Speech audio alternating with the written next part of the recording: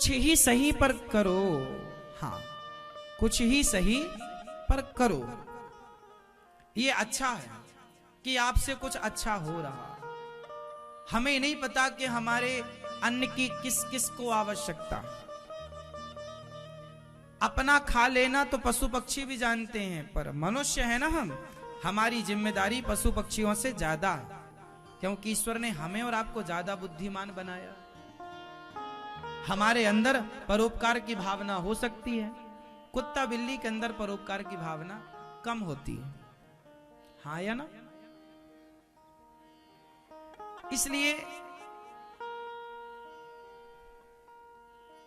देखो, एक व्यक्ति को भोजन कराने का पुण्य ये है, तो आप जब हजारों साधु संतों को भोजन कराएंगे तो उसके बल पर क्या आपको ना मिल जाएगा। इसलिए अन्य क्षेत्र की सेवा से आप जरूर जुड़िएगा, हजारों संतों को प्रसाद दीजिएगा।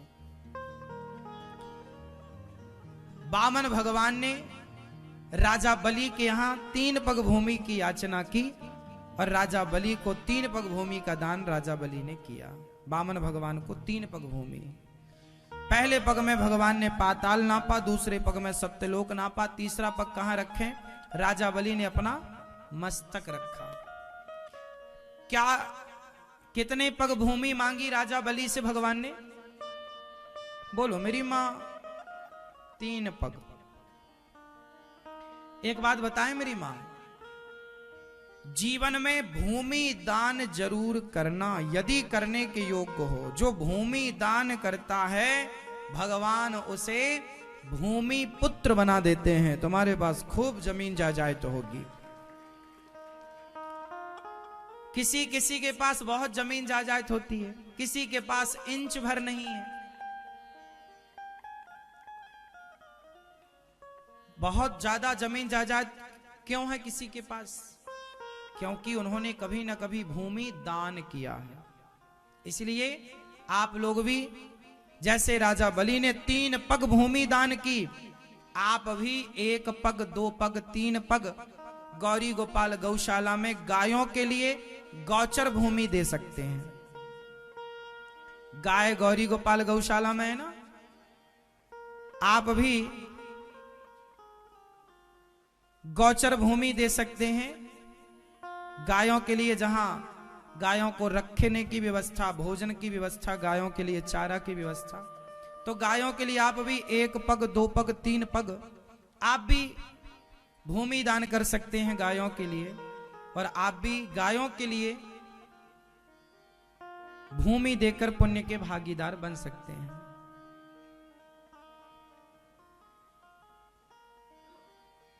प्रिय भक्तों, भूमि दान सबसे श्रेष्ठ दान है।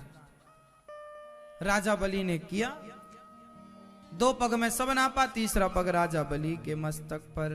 बोलिए वामन भगवान की जय। अगले मनवंतर में वामन भगवान ने कहा, तूने तो मुझे ही छल लिया राजन। अगले मनवंतर में राजा बलि को भगवान इंद्र बनाएंगे। पाताल का राजा बना दिया। लक्ष्मी जी प्रभु को लेकर चली गई। फिर मत्स्य भगवान आए हैं, मछली का अवतार लेके हयग्रीव नाम के दैत्य पर कृपा हुई। भगवान नारायण के पुत्र ब्रह्मा जी से मरीचि, इन्हीं के वंश में राजा नभग, नभग के नाभाग, नाभाग के अम्बरीश, जिन्होंने एकादशी का व्रत किया, और दुर्वासा जी का अभिमान समाप्त हुआ। इन्हीं के वंश में खटवांग, फिर दीर्घ, इन्हीं के वंश में सगर, फिर असमंजस, अंशुमान, दिलीप, भगीरथ, जिन्होंने गंगा को प्रकट किया। बोलिए गंगा मैया की जय। फिर इन्हीं के वंश में रघु, फिर दिलीप, फिर रघु, फिर अज, फिर दशरथ जी। दशरथ जी के 4 पुत्र हुए, राम, लक्ष्मण, भरत, शत्रुघ्न। 4 राम लक्ष्मण को लेकर के, राम लक्ष्मण जी का जब जन्म हुआ, भरत शत्रुघ्न जी का चैत्र का माह, नवमी तिथि, शुक्ल पक्ष, रामलला का जन्म हुआ, उत्सव हुआ, बधाइयां हुई। राम जी बड़े हुए, विश्वामित्र जी लेने आए, ताड़का का उद्धार किया, गुरु जी का यज्ञ पूरा किया। सीता स्वयंवर हुआ, माता सीता अहिल्या का उद्धार करके राम जी ने धनुष तोड़कर सिया मैया से विवाह किया, माता सीता से। 4 भाइयों का विवाह संपन्न हुआ और राम जी को 14 वर्षों का वनवास माता कैकेयी ने दिया। राम जी वनवास की ओर चले, केवट ने नाव में बिठाकर राम जी को पार लगाया है। जो सबको पार लगाते हैं उन्हें केवट पार लगाता है। और केवट ने कहा प्रभु आप मेरा हाथ जरूर पकड़ लो। भगवान ने कहा हम तुम्हारा हाथ क्यों पकड़ें? बोले हे प्रभु आप नहीं पकड़ोगे तो कौन पकड़ेगा, और ऐसे पकड़ना, मैं आपका हाथ पकड़ूंगा तो छोड़ दूंगा, पर आप जिसका हाथ पकड़ लेंगे आप कभी नहीं छोड़ेंगे, इसलिए आप पकड़ लीजिए। भगवान ने केवट से कहा ठीक है मैं तुम्हारा हाथ पकड़ लेता हूं। जब पार लगाया तो केवट ने उतराई लेने से मना कर दी। केवट बोला सरकार आप मेरे घाट आए, मैंने आपको पार लगाया, मरकर जब मैं आपके घाट आऊं तो भव सागर से आप पार लगा देना। भगवान की कथा पार लगाती है, भगवान की कथा।